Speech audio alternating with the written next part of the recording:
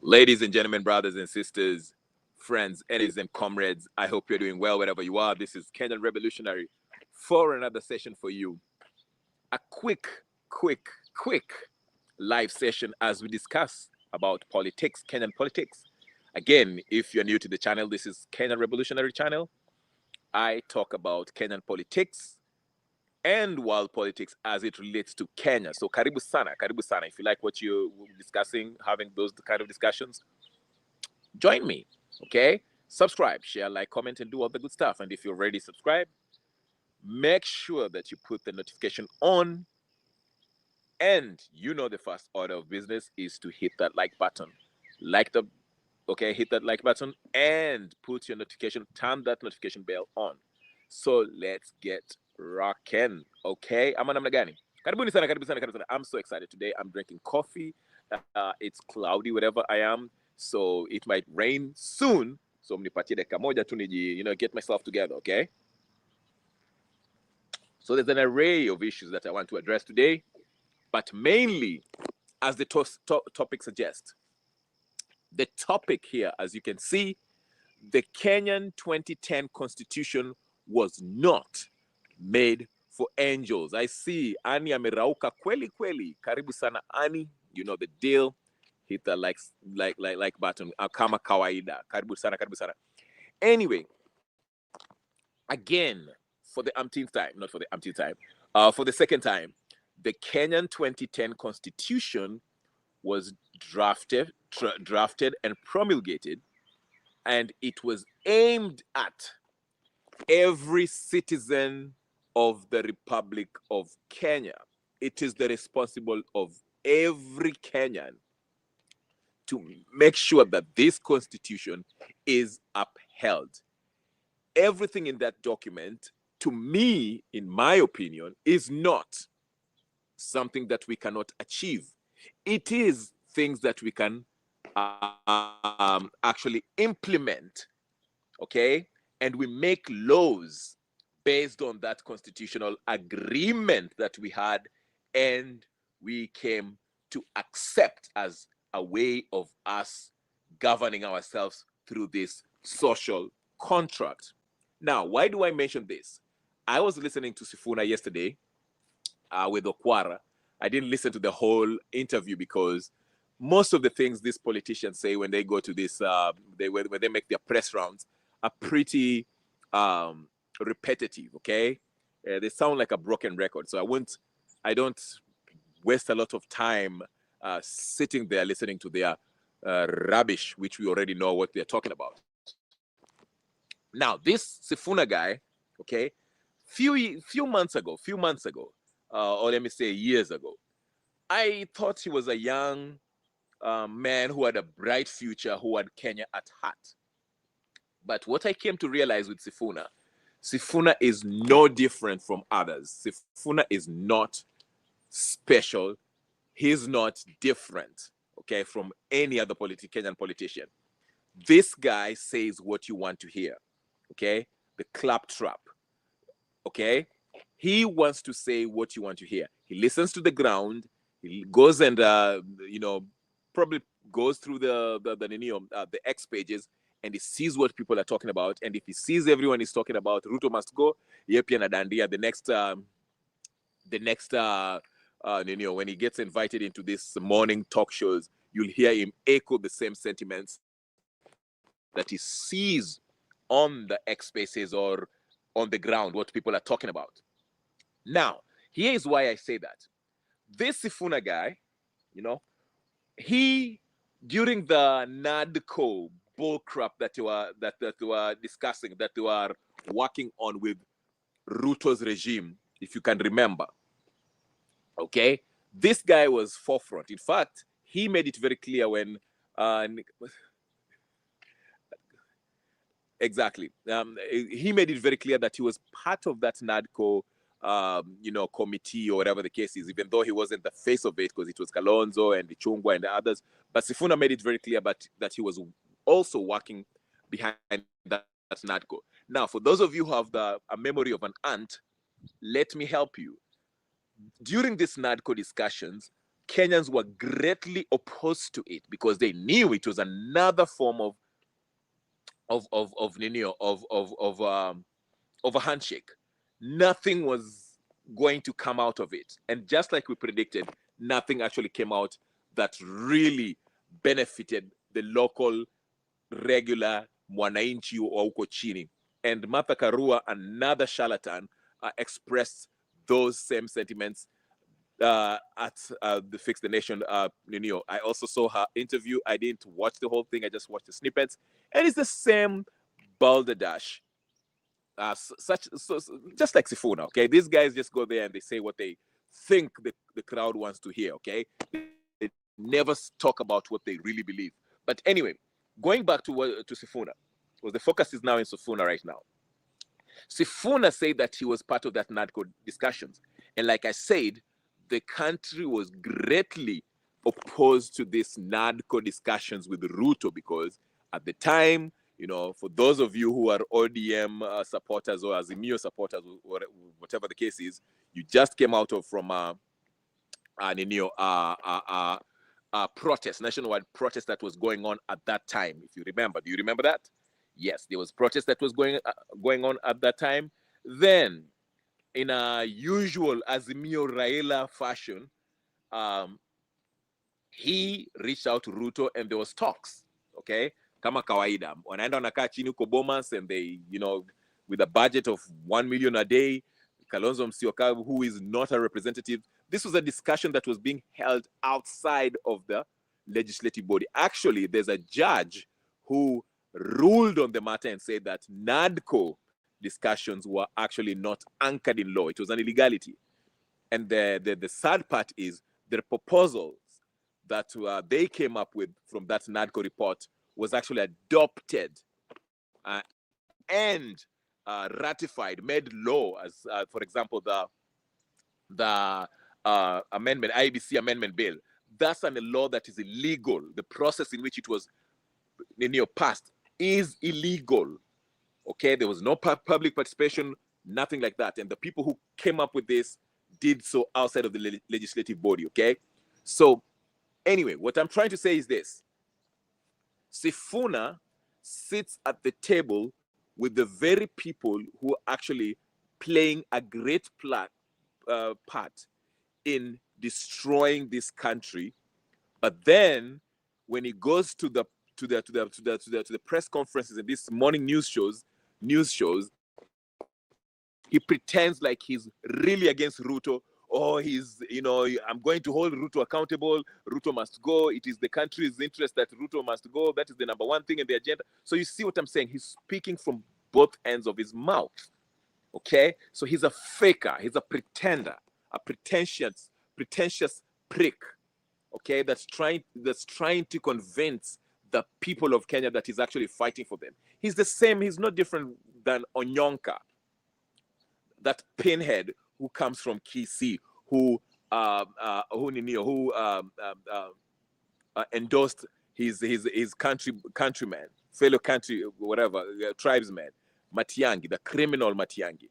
Okay, so what really iked me about this two, Onyonka and Sifuna to be exact, is when Sifuna was talking and he started saying something that really, touched a nerve for me. When he said, if we need to take out Ruto, it is in the country's number one thing in the country's agenda that Ruto must go.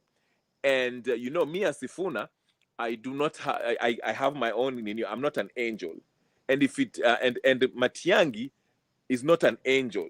So if it takes Matiang'i to help us remove Ruto, then so be it. Absolutely, Annie. Okay, so be it.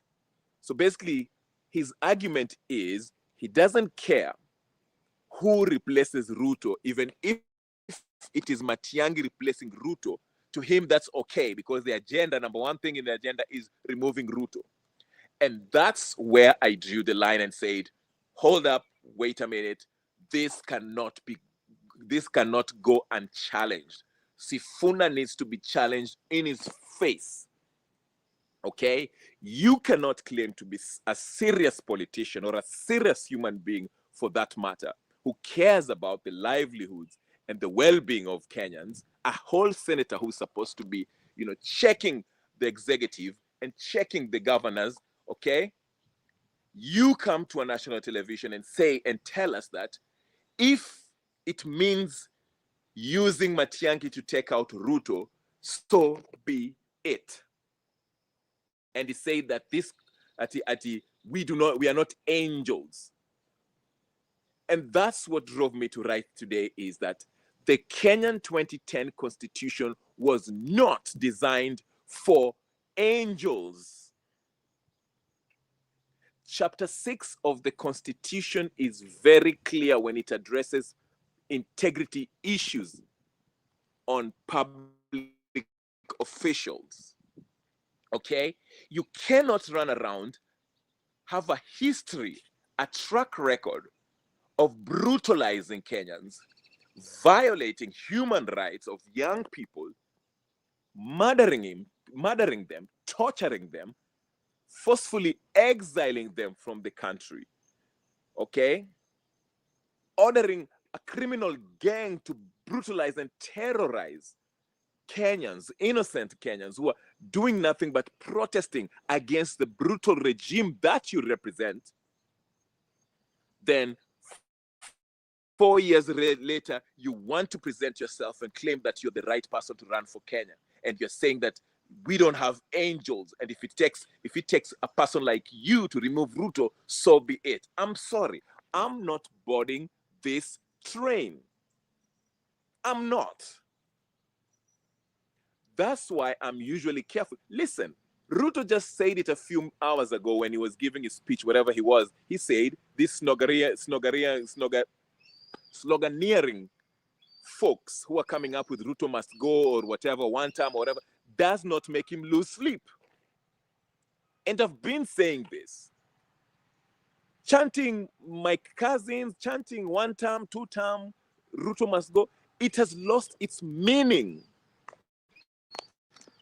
It has lost its meaning. Why? Because there's no effect, there's no action behind it. The only thing Ruto is terrified of is seeing majority of Kenyans hitting the streets and demanding that he steps down. Popular revolution. That's what scares William Samoei Ruto, not chanting Ruto must go. And for a pinhead like Sifuna, who tells us that we do not have angels, I'm sorry, we are not looking for angels. We are looking for men and women who have integrity. People who have a track record of following, respecting the rule of law, upholding the Constitution. It's not too much to ask. You do not have to be an angel in order to respect the 2010 Constitution. You do not have to. You do not have to be holy to respect and uphold the Constitution. That's the point I'm making. We do not need angels. You do not have to be a supernatural human being in order to follow what the Constitution says.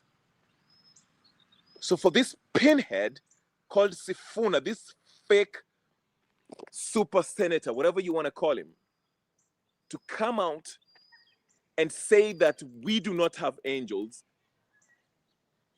and to tell us that Matiang'i can be a viable candidate, that's an affront to the Kenyan Republic. It is a declaration of war against the real revolutionaries, not the clowns that you see like the Kasmuels and the Morara Kebastos and all these idiots that you saw yesterday who are suited up claiming to be university students who are telling us that they should be on the table. That is what I mean. We cannot lower the standards that has been put there by the Constitution that demands that any public official have to have integrity. We cannot lower those standards. But again, like I said, Sifuna is part of these political elites, oligarchs, corrupt political elites, colonial puppets. Okay, he's part of that. He's a beneficiary of this corrupt system. So of course he will try to convince the public that there's no way we can uphold the constitution because we are not angels. That's the argument here by Sifuna. And we totally reject that. The same thing Onyonka was telling us when he was being interviewed, and they were questioning, how can you support somebody like Matiangi, who has dumped bodies in Rivayala and was bragging about it, telling us that there's no such thing as human rights. And he started telling us that we do not have angels. Everyone, each and every one of us has skeletons in their room. That's the kind of argument these shitheads are trying to put forth in public. Try to program the unsuspecting wananchi to convince them that, hey, listen, there is no need of upholding the constitution because we are not angels. That is the argument here, ladies and gentlemen, brothers and sisters, friends and comrades.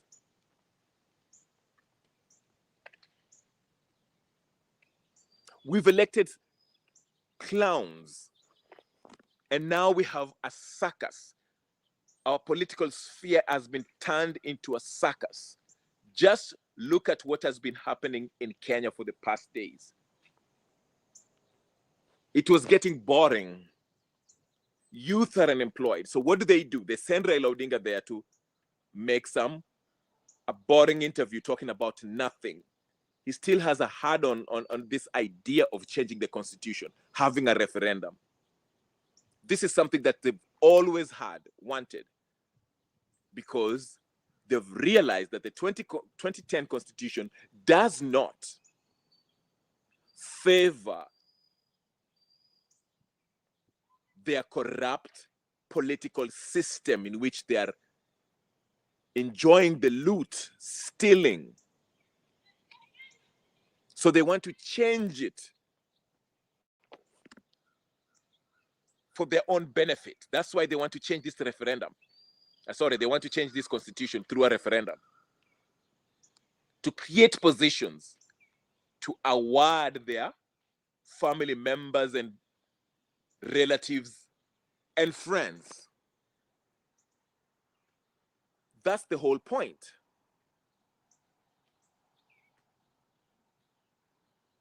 That's why the attack has always been an attack on the 2010 constitution. That is what they're against. They can't stand it. They try to downplay it.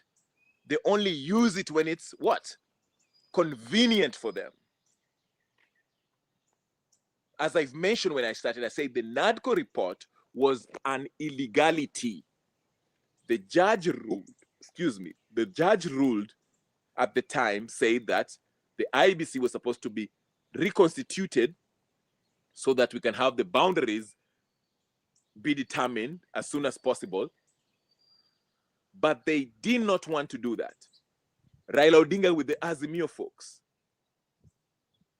they caused chaos and forced themselves into this NADCO nonsense, which bore no fruit, bared no fruit, nothing. If you look at the items in the agenda, none of it has been realized, except the what? The IBC Amendment Bill, which was again passed illegally.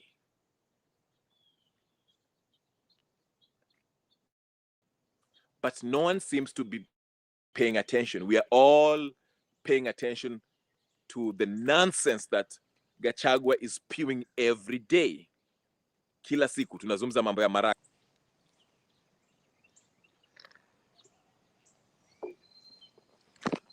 You see what I'm saying? The distractions every day.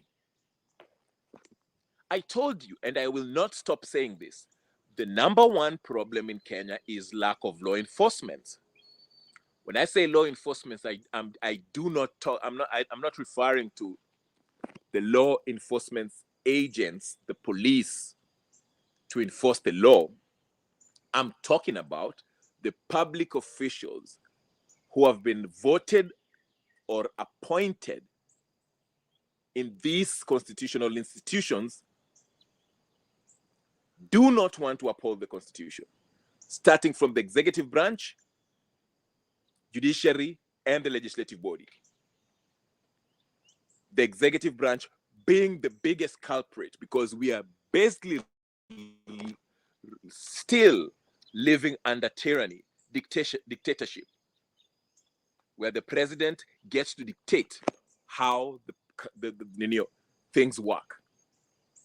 If he doesn't like a certain politician, he will do everything to Ninio. If he doesn't like a certain community, he will tell the person who has the purse not to release funds to develop that area, and so forth, so forth. Just like it was during Jomo, just like it was during Moi, just like it was during Uhuru Kenyatta, just like it was during Kibaki, just like it was during Uhuru. Nothing has changed. The Constitution is there as a paper, but no one wants to implement it. That's what I mean when I say there's no law enforcement. We do not want to implement what we agreed upon. But the Sifunas and Raila are trying to convince you that the problem is not implementation of this constitution. The problem is we need to actually change it to add and create positions, additional positions, and that will cure your problem. I want you to ask yourself this. If these crooks cannot even honor the proposal that they agreed upon on NADCO and blood-based government, why do you expect them? Why should we expect that if you entrust them with the public office or government to govern, that they'll deliver? Our Wakora came and sat down and agreed upon MOU with Kibaki. Remember that? They could not even honor that. There's no honor among thieves. This same Wakora, agreed upon on the NADCO, wakakaa chini wakasema haya tufanye hivi, ati bei ya mafuta iende chini, bei ya gharama ya maisha iende chini, and all that nonsense. None of which has come to fruition. The only thing that was actually acted upon was what? Like I said, the IBC Amendment Bill, which was illegally passed. The rest, nothing has been fulfilled. Extrajudicial killings are still going on. Corruption is still rampant. Bei ya mabidhaa na vitu ziko bado juu. Gharama ya maisha iko juu. Nothing has changed. People are still being abducted. People are still, young folks are still being killed. Nothing has changed. So these thieves, Ruto, Raila, Uhuru, Matiang'i, Martha Karua, these thieves cannot agree on anything and cannot even honor their own memoranda, MOUs. But they're telling you to vote for them so they can actually deliver. What are they going to deliver? More theft? Nothing. That's why I always say it is not just about Ruto must go. Ruto is the face of what's wrong with Kenya because he is now on that chair as the head of state. He is the mascot, the main symptom of what's bedeviling Kenya. He is not the underlying problem. the system that's in place, the corrupt system that's in place, is what gave birth to Ruto. That is what produced Ruto. That is what produced Kibaki. That is what produced Uhuru Kenyatta. That is what produced Moi. And that is what produced Kenyatta. One, Jomo. So if you want to change things, don't expect the Maragas to do anything or to bring change. You have to have a total overhaul that is people-driven movement, revolutionary movement, a people-led revolution. Because when it's people-led, people are the bosses. People are the one who are going to determine how they chart their own future, how they vote for whomever they choose, they deem fit. Because under this corrupt system that we are under, we are getting leaders that we never actually voted for. We are presented with choices that we both do not like, that both we don't like them. No one cared about Ruto and no one cared about Raila Odinga. No one cared about Uhuru Kenyatta. But those are the choices we are presented to. So either way, we are going to lose. It's a lose-lose situation, whether you choose Ruto or Raila. Same thing we are being presented to in 2027. You either choose Matiang'i or Gachagua, and the united opposition, that those lunatics, or you choose the current regime, Raila and Ruto. Either way, it's a lose-lose situation.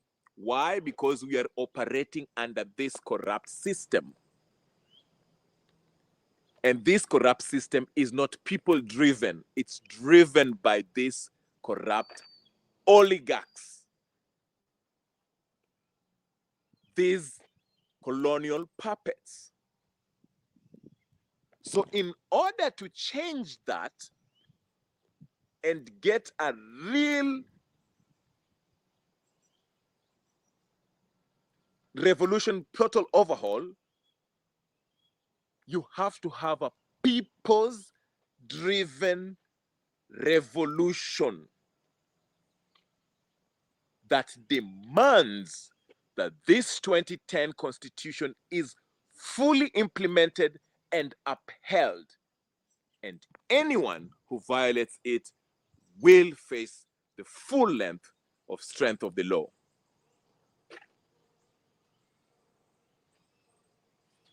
That's why you see Ruto works so hard to infiltrate the Gen Z movement,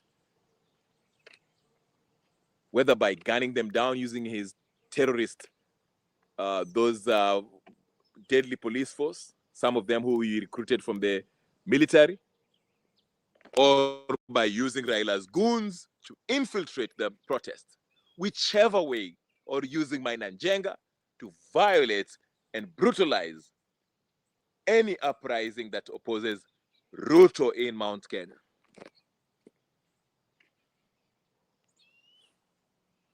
The enemy of this corrupt Kenyan oligarchy is the Constitution, because the Constitution squarely gives power to the people. The people are the sovereigns based on this Constitution. And that is what these corrupt elites do not want. They want to maintain that power amongst their own little club of the Gachaguas, of the Railas, of the Rutos, of the Matiangis, of the Martha Karuas, of Railas. They want to maintain it. It bounced to hapo to keep on playing these musical chairs within. Inatoka kwa hapa kwa Matiang'i inarudi kwa Gachagua. Gachagua hapa inaenda kwa Raila, Raila Ruto, Ruto, Ruto, Uhuru hapa. Yani ina bounce to hapo to those the chosen ones. that will make sure and guarantee that there's no real change that will totally revolutionize the state of Kenya, whether economically, politically, or otherwise. Look at our politics. Just look at all aspects. How do we operate? How do we conduct our politics? These politicians are like demigods.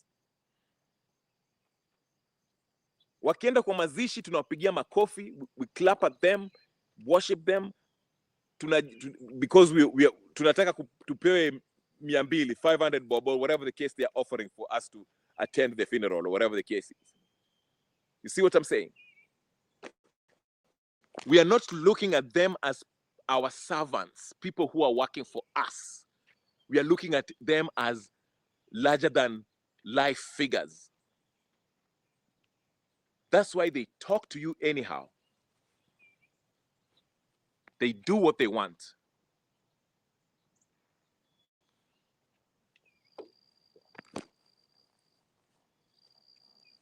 That's why I hate to burst your bubble for those of you who are talking about 2027. Don't expect much. There's no change. I don't care if you say Maraga, sijui nani. There's no change coming. Hakuna change inaenda kufanyika. Hakuna. I'm telling you now. Without Gen Z, there's only one way. Niliwambia, I keep on preaching to you every day. Nawambia, there's two ways you can either hope for. Whether it's the military itoe Ruto by force na itoe our political oligarchs, which will not happen because the military, Kenyan military, are part of the rot. So forget that. That will not won't happen. So the only other way left is when we do what? Is if we have a popular people's revolution. And that one is what they're attacking. They're dealing with. They're battling the state. These oligarchs, they're battling it right now. We were united in June 25th, 2024, under what we call Gen Z. But Ruto and the political oligarchs came up with a plan to scatter the flock. And the plan that was conjured up from the barrels of hell by Beelzebub mwenyewe, they came up with this idea that they shall pump, exacerbate, accentuate our tribal difference by heavily ethnicizing our political difference. So there they came up with Gachagua on one side, and the Kaluma and Raila Odinga on the other side, and Oscar Sudi. So this pinhead on this side is telling us about the superiority of his community. Oh, we the Kikuyu, we are the ones who are holding this Kenyan economy. Without us, Kenyan economy cannot survive. And the other side, you have these pinheads on the other side talking about, oh, it is our turn to eat. Sisi pia tuko kwa government now, let's enjoy it. Nyinyi wa Kikuyu mmetudharau, sijui. And Oscar Sudi is there threatening to arrest Gachagua. And this is designed to play into your feelings. Wewe kama mwananchi. Because when they mention what they mention, the target audience is you. So you can get riled up, caught up, and choose sides, take sides, to a point where even the Gen Zs themselves are finding themselves divided. The movement that was a nationalistic, patriotic movement is now reduced to, oh, it's a Kikuyu uprising. It's no longer Gen Z. This is no longer our youth. That's why they're propping up these clowns coming up saying that, oh, we are the youth from the universities. We are going to sit at the table to have this intergenerational conclave with Raila Odinga and these clowns. They're battling this whole unity that we had in June 25th. They're scattering the Gen Zs, making sure they all go to back to their tribal cocoons. Even go to these other channels, okay? You'll have people talking for 10 hours, bragging about how their tribe is influential, affluent. Nothing of substance. No one is calling out these leaders that have led us here. No one is looking at the country as what is best for us as a nation. The NIS wako kila pahali, hata hao pia wamefungua YouTube channel. And they will sabotage channels like this one because they do not, these people, if there's one thing they're scared of, let me tell you something what they're scared of, is the truth. And you'll be amazed how far these people can go just to try to muzzle your voice. You'll be amazed. I'm telling you, I was amazed once I find out these people, what they're up to. That's how insecure these people are. Nakwambia, it's amazing. It's amazing. They will hate you because they can't stand the truth. If you attack Gachagua, they feel like you're attacking them. You're attacking my tribe. If you attack Martha Karua, they feel like you're attacking them. If you attack Raila Odinga, they feel like you're attacking them. If you attack Ruto, they feel like you're attacking them. That's the level of programming, conditioning that the media has done, mainstream media has done to you. That's why when you hear the truth, it's offensive. It's offensive. You're hata huyo mtu anasema ukweli unataka hata umuue. Because you can't stand, you can't think in a neo objectively. You can't. You've been fed this hate, this division since birth. So ukiambiwa ukweli, that's an offense. In fact, the person who is saying that, sasa tumalize.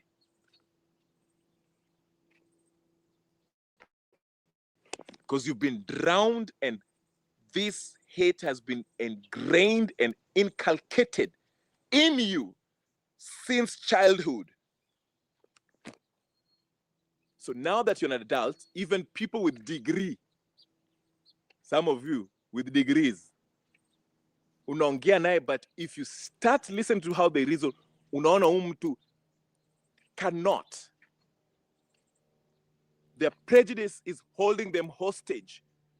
They're a prisoner of their own ego. Hawataki ukweli. They would rather go easy ya zote tukizungukana na hiyo sarakasi ya siasa ya ujinga. Watu wa Mlima, watu wa Western, watu wa Nyanza. You'd rather do that than actually confront the real problems. That's why I want to meet Gachagua and Matiang'i. I don't know where they are. I'm trying to figure out to get their itinerary. That's what I want. So I can ask them real questions. 3 questions. Staki mingi. Ukienda kwa hizi nini, hata if you look at the snippets, this nini wanauliza. Unaona mtu, I just saw the first day in Seattle when Martha Karua was there with Matiang'i. The toughest questions, The toughest question they were asked was this. So Martha, can you guarantee us that you are not going to join hands with Ruto once the election is over? That and they're saying, oh, that is the toughest question. Ah, they confronted Martha Karua. They confronted my friend. Even when he was in Jeff Koinange, remember, JKL a few months ago. Yeah? Jeff was asking, so Martha, how does it feel? Is it hard to wake up in the morning to fight to Kenyans? How don't you get discouraged? What kind of questioning is that? Not your society journalism. No. Matiang'i alikaa hapo na sijui Sam Gatuku, sijui Gatundu, whatever his name is. And he didn't press him on Inyo. Anamuuliza mzee, oh, body yala. And Dani, Matiang'i was lying through his teeth. And Sam was sitting there, alikuwa anamwangalia tu anajua Matiang'i anadanganya and is letting him continue with his lies.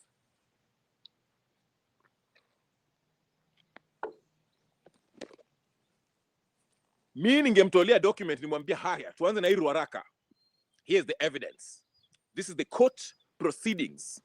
These are the court orders that were given by Justice Mweta and Chacha that you're supposed to show up. 9 court orders that you defied, you and Kibicho. Aya, tuingie sasa ile mambo ya ninio yala. Hiyo uongo ulikuwa unatuambia hiyo kesi ilikuwa haijaconcludiwa. Here's the evidence that you actually gave the orders for those young folks whose bodies were found in River Yala. That is how you question these cowards.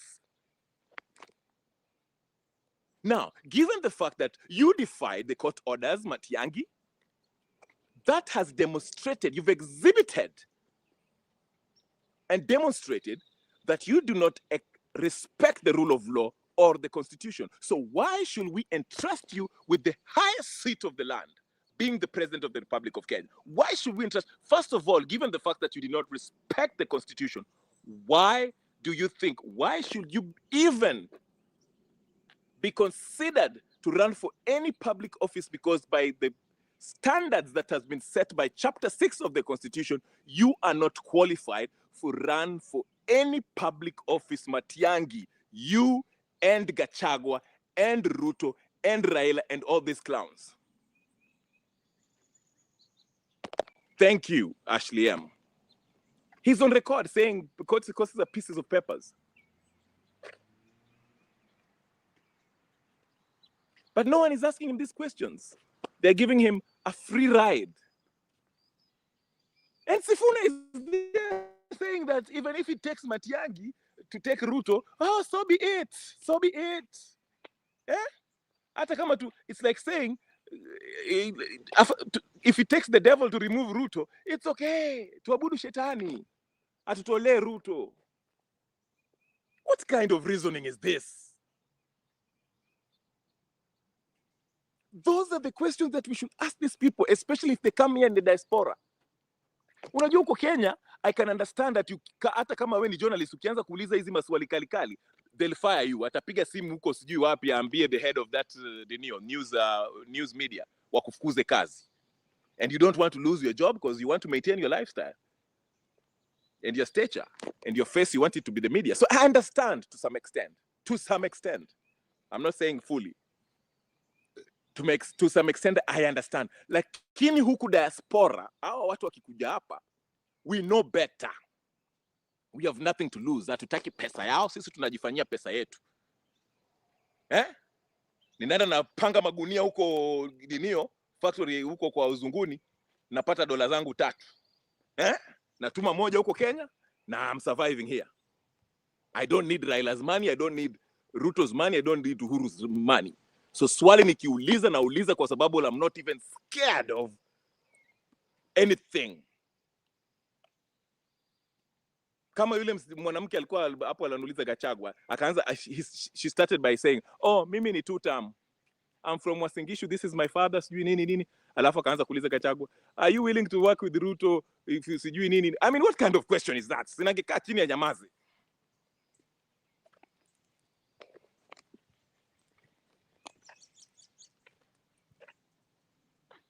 Yeah, he says Miguna is not a citizen. Yet the court has already ruled he never lost citizenship. But Matiang'i does not respect the independence of difference of arms of God. Absolutely.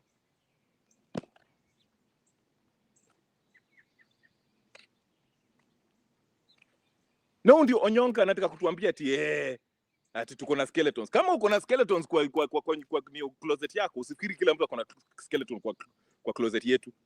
Closet zetu ziko na nguo, si skeletons. Onyonka, but I understand. Onyonka is a sycophant, a pathetic idiot, a tribesman. So anafikiri ati kwa sababu Matiang'i ni Mkisii na yeye pia Mkisii sana ampigia.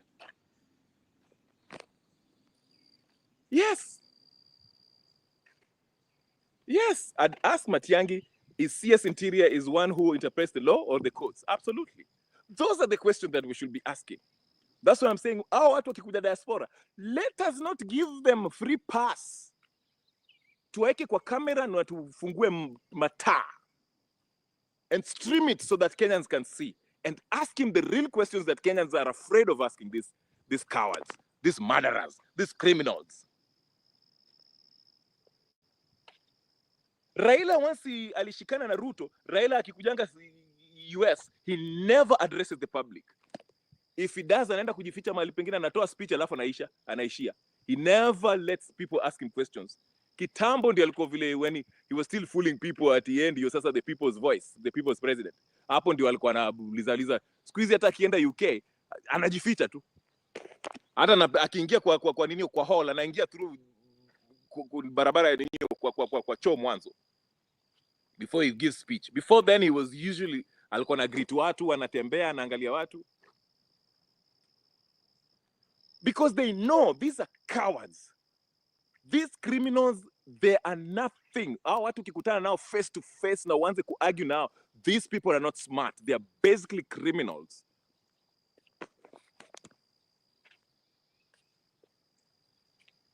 So let us take advantage of anyone who is going to, if you live somewhere, anywhere where Matiang'i is going to talk.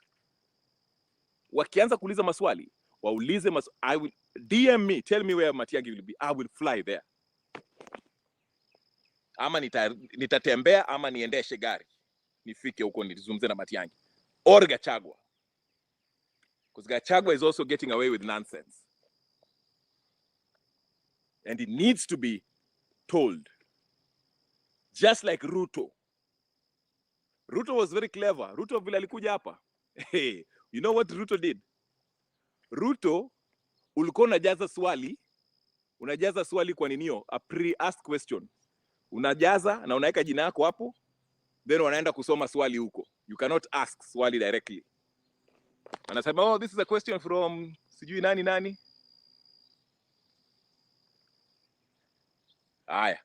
Matiang'i has already shown disregard of the Constitution. The President of Kenya is expected to uphold the Constitution. Won't he be lying, swearing to uphold the Constitution as a president? Absolutely. That's the whole point. Thank you very much, Ashley. That is what I'm saying. He has demonstrated beyond reasonable doubt that he does not care about the 2010 Kenyan Constitution. Why should we have him swear to uphold the very Constitution that he has demonstrated beyond reasonable doubt that he does not respect it? Again, I go back to chapter 6. Tukifuatilia hii chapter 6 the way it is supposed to, the integrity ninio, ambao Sifuna wanajaribu kutuambia it is for angels. If we follow chapter 6 of the Constitution, none of these people, 98% of the members of parliament, senators, governors, executive, judiciary, they will not pass chapter 6 of the Constitution. And all the presidential candidates, with the exception of a few, all of them will not pass. Matiang'i to start with, Gachagua to fuatilia, Martha Karua to fuatilia, Kalonzo fuatilia. They're not qualified. That's why I keep on saying, shida yetu wa Kenya, hatufuati sheria is for the poor. Wenda kaibe kuku hapo, hata utashikwa na DCI. By the way, I saw a very nice joke this morning. I saw si DCI ilipatiana hotline. Lakini Kenya pia mko na sense of humor jamani. So the DCI gave a hotline of sijui kama if you suspect a crime or whatever the case is, call that number or whatever the case is. Apparently they even have a WhatsApp group, whatever, for DCI. So somebody posted a picture of William Samoei Ruto. Akasema this guy is a thief to the DCI. Oh, hey. Saa ingine wa Kenya lakini. I'm telling you, even in the midst of a struggle, kuna jokes zingine, they're just beyond. But that's what I'm talking about.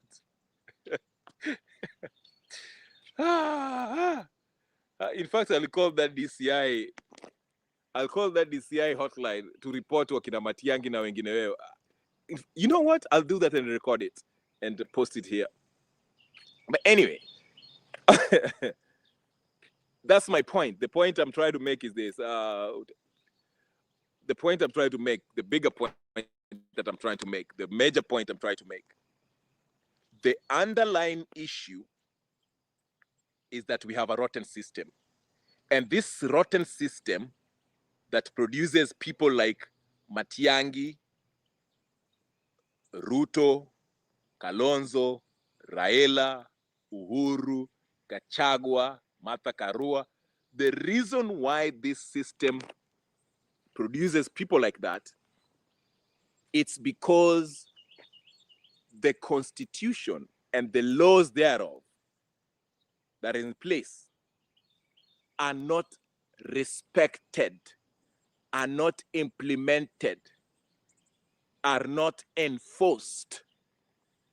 So, since these people have gained through this lawlessness that has helped them acquire, amass great wealth that are ill-gotten wealth, okay?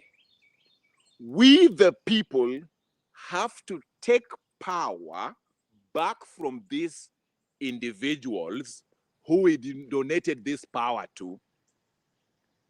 Then we exercise that power directly by kicking them out and enforcing this constitution. Because when we enforce this constitution and the laws thereof, there shall be accountability,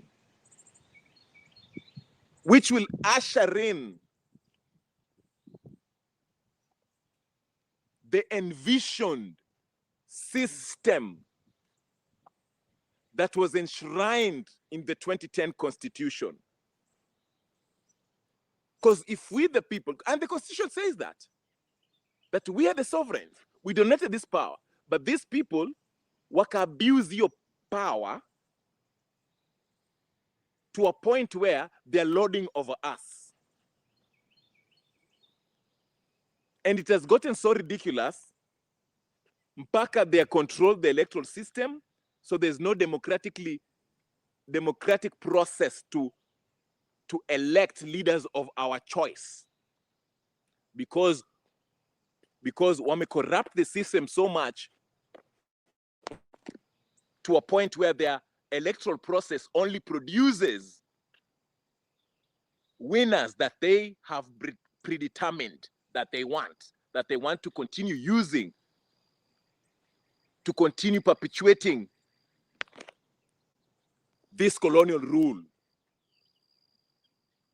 Unaelewa? So there's no hope in the judiciary, there's no hope through IBC or any independent constitutionally mandated institution, and there's no hope on any arm of government, whether it's the executive or the legislative body or the judiciary. So it has to come back to the sovereigns who hold the ultimate say on how the state has to be governed, which is the people. That's why when you ask me, wewe chagua who is the best, your candidate, kwa sababu una reject everyone, choose your candidate. And I keep on telling you, there is no candidate I can choose hapa mpaka the people take back their power and overhaul this whole rotten system first. Waoshe nyumba, alafu ndio sasa tuanze kuchagua the people chosen representatives. Hii ni leseni mpaka nitawapreachia every day mpaka mtaipata.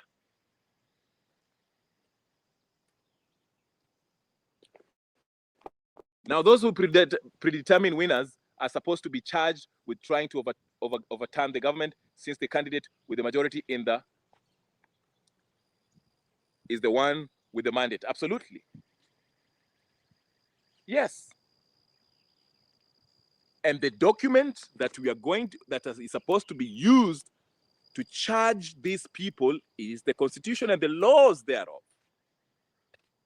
Just like those people who have stolen money, wakina Kebaki, wakina Raila, wakina Uhuru, wakina Moi, wakina Biwott, wakina Ruto, Jenga Karume, all these people have stolen money. There's a provision for that. Article 226, Subarticle 5. Any public official who has misappropriated public funds is liable to pay that amount. It's the law in the books. But Ruto anaiba na naenda kananunua majaji. Anaiba, ananunua the whole legislative body. Anaiba, ananunua opposition yote. Anaiba, ananunua IBC yote. IBC ni yake. IBC is Ruto's briefcase.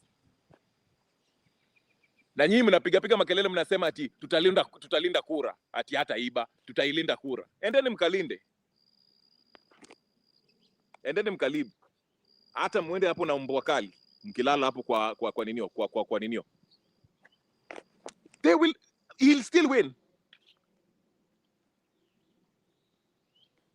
So we have to identify the underlying problem in Kenya.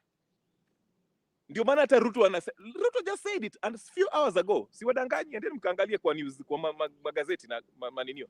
Amesema mimi hata mkisema Ruto must go, I don't lose sleep. Anawaambia wazi, I don't lose sleep. Hata mkisema one time, I don't lose sleep. He doesn't. And it's probably true. Why should he lose sleep kwa sababu mtu anasema one time huko? Why? Like I explained, the biggest threat to Ruto and the whole... Just think about it.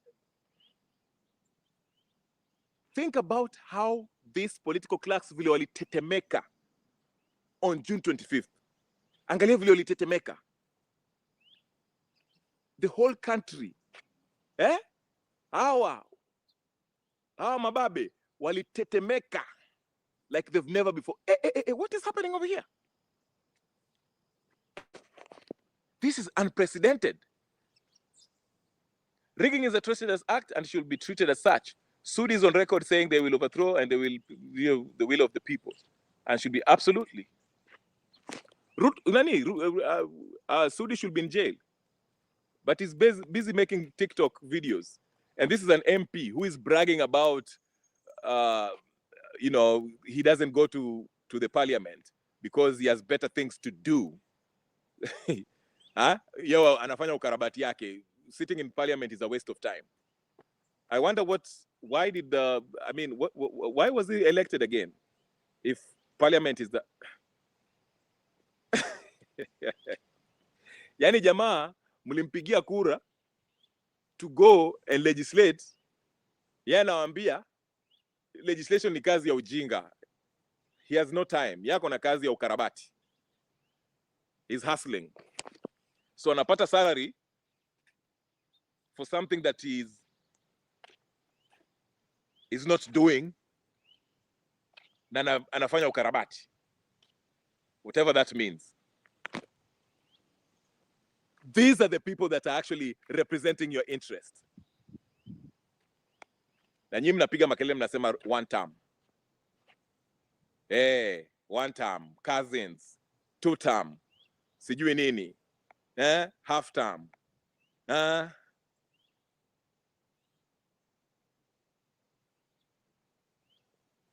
Badala mshikane pamoja, mtoe hawa watu, these clowns. Itakuwa usarakasi. Usarakasi utaendelea. Because these people have nothing else to ninio. Wamejua they are not doing anything. And I'm not talking about just Ruto's regime. I'm talking about the opposition and Ruto's regime and the whole political class. Usarakasi. These people wake up and they write a script. How are we going to distract Kenyans today? Because they have to distract you. Kwa sababu wamejua hauna kazi, hauna pesa, hauna kazi, so you have to be entertained. They have to capture your attention, because if they don't capture your attention, you are going to turn against them. So mpaka walete huu sarakasi of pointing a finger to Wamunyoro, and Wamunyoro is pointing a finger back to those people, the Ruto. And Ruto is in turn threatening sijui nini. So usarakasi inaendelea. And guess who's televising this usarakasi? The Githeri media. NTV, sijui Fix the Nation, sijui Spice FM, sijui. That's the theater that they use for usarakasi. Ndio maana wanaona kama watu wamepoa kidogo, unaona Raila ako na interview. Si Raila alikuwa na interview last week. Before Raila's interview, si nilikuanga Raila speech ya Gachagua. Alafu Raila interview last week. Alafu leo ilikuwa leo ama jana, ilikuwa Martha Karua. Na Matiang'i last week before that. Martha Karua ilikuwa leo. Alafu who else? Sifuna was also leo. Sifuna ilikuwa, yani day after day ni usarakasi to keep you occupied. So that uache kufikiria ati you know what? Hao watu wana to enjoy. But they want to entertain you na usarakasi wao. And the name of the usarakasi is through Kabila. Sisi watu wa Murima, sisi watu wa Nyanza, sisi wa Ukambani, sisi wa tawe. Sijui tear gas ilitupwa huko Kiambu, sijui polisi ilichomwa, police station ilichomwa wapi. Gunza sijui nini. There are some nani wamechapwa bunduki pale. Sijui nini.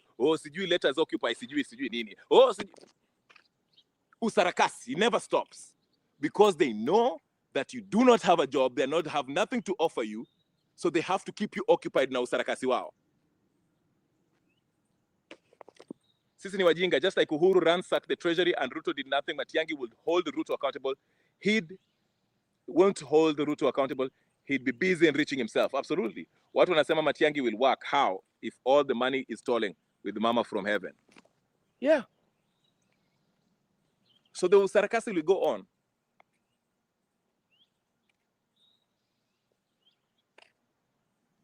Do you really think Matiang'i will be the saint? Ati Uhuru aliiba, Ruto ameiba, yeye akuwe saint, akuje kujenga Kenya na hajakuwa trillionaire, ndoto za kabunwazi. Absolutely. Yeah. The reason why I knew this was usarakasi and these people are in one group. If Ruto, after the alleged beef with Uhuru Kenyatta, after the alleged mistreatment by Uhuru Kenyatta, second term, Ruto angeingia kuwa president, the first thing he would have done is arrest Uhuru Kenyatta for the atrocities and for the mistreatment. Arrest Matiang'i. He never did that. Okay? Matiang'i is still working free. Hizo vitu Gachagua amekuwa akisema, those outrageous things, outlandish things, whether it's true or not, Ruto angeshamshika. Gachagua angekuwa kamiti by now, or dead. But these people, like I say, ni usarakasi that never stops. Like I say, the target audience is you, the Kenyan people. Hawataki upate quality healthcare, hawataki upate healthy quality education. They don't want a thinking population. Wanataka tu kuwa kama wakina Umosh. Baba akisema sasa mimi ni nani? Just follow. We pata hiyo shilingi 500 unapewa tu kidogo kidogo. They don't want you to be independent and have an independent thought. Ufikirie useme why is the system not working? Kwa nini no. Why is SHA not working? Why do we have these private companies taking over our healthcare, our airports? Why? Why can't we have access to clean water? Why can't we have access to wonderful roads? Where are our taxes going? Why? Why is all these people screaming one term? Why? What have they done? What is their history? Have they been involved in some, usarakasi? Corruption? Why? What people, you have to think. Why is Bill Gates coming to Kenya and greeting Ruto, rubbing shoulders with the Wakina Boniface Mwangi? Why? What's the connection? Why is this guy so close to Wakina Nani? The RSF? Why? Why is it? Kwa nini tunaambiwa ati we have to have a permit in order to grow vegetables? Why are we told that mpaka tupige ng'ombe zetu shindano? What's going on? That is the thinking population that they don't want. Hao wanataka unaamka unasema one term. Ruto must go, one term. Ama Wamunyoro, ama sijui nini. Lakini mtu ambaye anaamka anasema ati Occupy State House 2025. Ruto shuk aende na political class washuke. Tukutane no Thursday. Twendeni maandamano downtown. Hiyo mtu hawataki. Hiyo utakujiwa mara moja. Immediately unakujiwa. Hiyo unakujiwa. Lakini kama unaamka unasema one time, Wamunyoro, Matiangi, Martha Karua, Iron Lady, Kalonzo, hakuna pale mnaenda. Hiyo ni kuenjoyana bwana. Hiyo hata Ruto anawachekelea. In fact, I think Ruto ako na t-shirt kwa nyumba yake imeandikwa Ruto must go. Na ingine inasema one term. He doesn't care. But anyway, guys, it's been 1 hour. I'll leave it here. Thank you so much, Ashley. Annie pia alikuwa hapa, and everyone